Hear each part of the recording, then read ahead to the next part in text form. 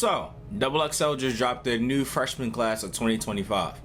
Let's talk about it. Last year, I said that the XXL class wasn't bad. In fact, I think it was a vast improvement of the previous classes' years because it actually felt like they were introducing new stars and people that were already hot. Last year, they had people like Bossman D-Lo and Cash Cobain, two guys that honestly had a lot to say in 2024 and are still making some noise to this day. And this year, it's no different. This year, there are actual names that are included that have been making their name across all platforms, whether it be underground, mainstream, social media.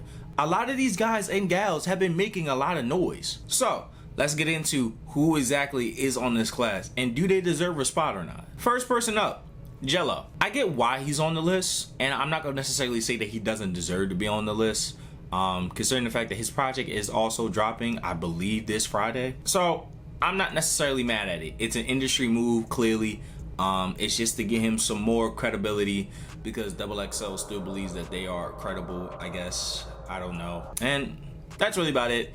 We'll probably look back at this and be like, why the hell was Jello there in 5 years? But if he takes off, then it worked. Next person, Laserdem. Laserdem has been everywhere this year. I mean, in fact, he probably has the most popular TikTok meme out of anybody on this list. And he has the most popular TikTok sounds out of anybody on this list as well. He's really more of a meme rapper, although his songs aren't necessarily bad.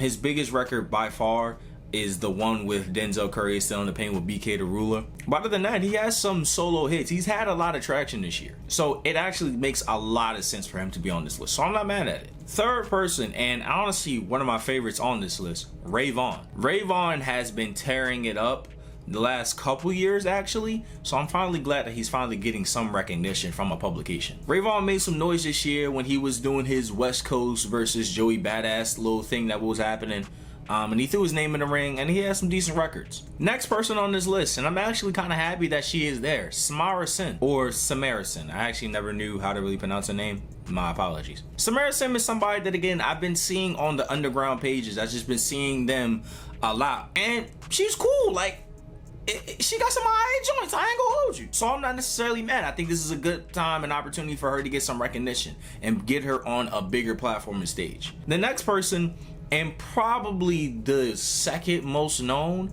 out of everybody excluding Jello, will be Nino Pade. Nino Pade has been everybody's next one up. The DMV is finally coming up again with somebody that has some traction, and like notable traction. Nino Pade is really known for his unorthodox style in terms of his beats, but still keeping that DMV flow.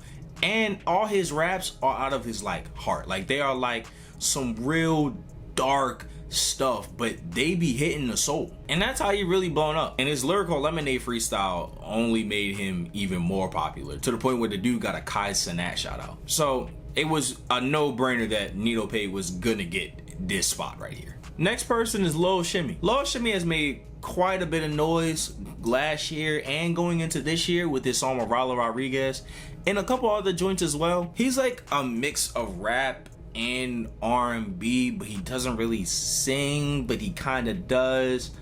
I don't know, but I kind of like it. So it actually makes a whole lot of sense for him to be on this list as well, because I think he actually does deserve it. 1900 Rugrat.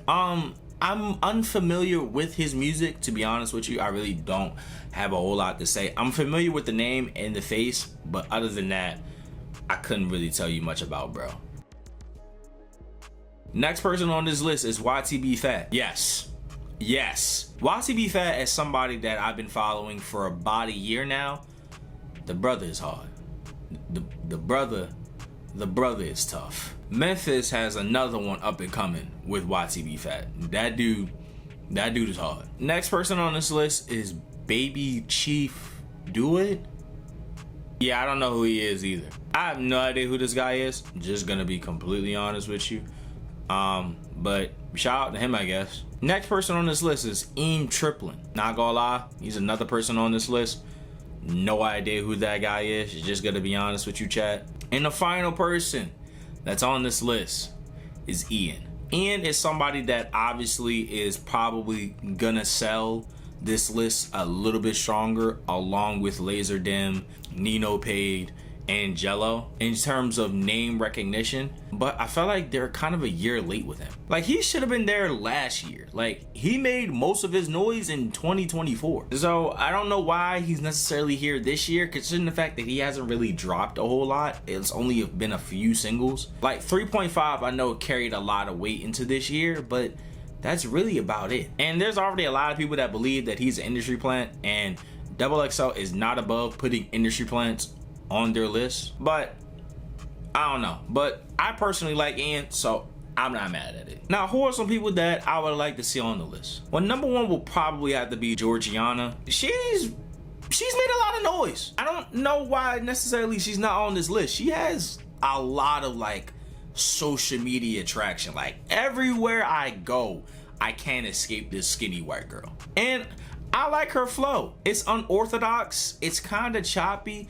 It's a little G Herbo-ish, but not in the point where it's like you're fighting the beat now. Like, you're just not even attempting to rap on beat. Like, it's cool. Like, I like it. It's different. Another person that I thought should have made the list was probably Vaughn 1700. It's just another guy that has been kind of everywhere in terms of the drill side of rap, and I feel like there isn't a whole lot of drill side of rap other than YTB Fat, but I think that's Memphis. That I feel like that's something different that's really not represented on this list, and usually they have somebody from that side of rap. And the final person that I think that probably deserves a spot would be Anisha, or Anisha. I still don't know how to say her name, but she's somebody that has multiple hit records at this point. It actually doesn't make sense on why she's not on this list.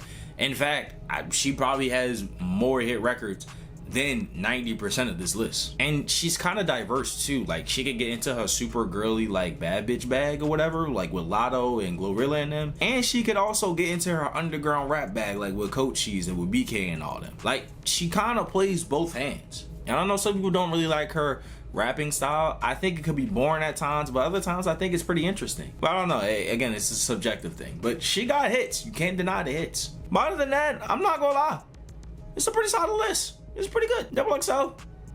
I see that y'all are trying to get some credibility back. Y'all, look, y'all need about 4 or 5 more of legitimate lists. And I know there's gonna be a lot of people who be like, who are these people? Who are these people? Look, XXL has clearly, you are clearly aged out of XXL, right? You don't need to know none of these people. I know there's gonna be a lot of hip hop media outlets and just a lot of people that talk about hip hop in general that don't really know a lot of these people other than Ian, Jello, and maybe Nino Paid. That's really about it. But XXL is not really for the people that don't really pay attention to hip hop no more. It's to bring a heightened awareness to people that do pay attention to hip hop, that be like, oh, I didn't know who this person was.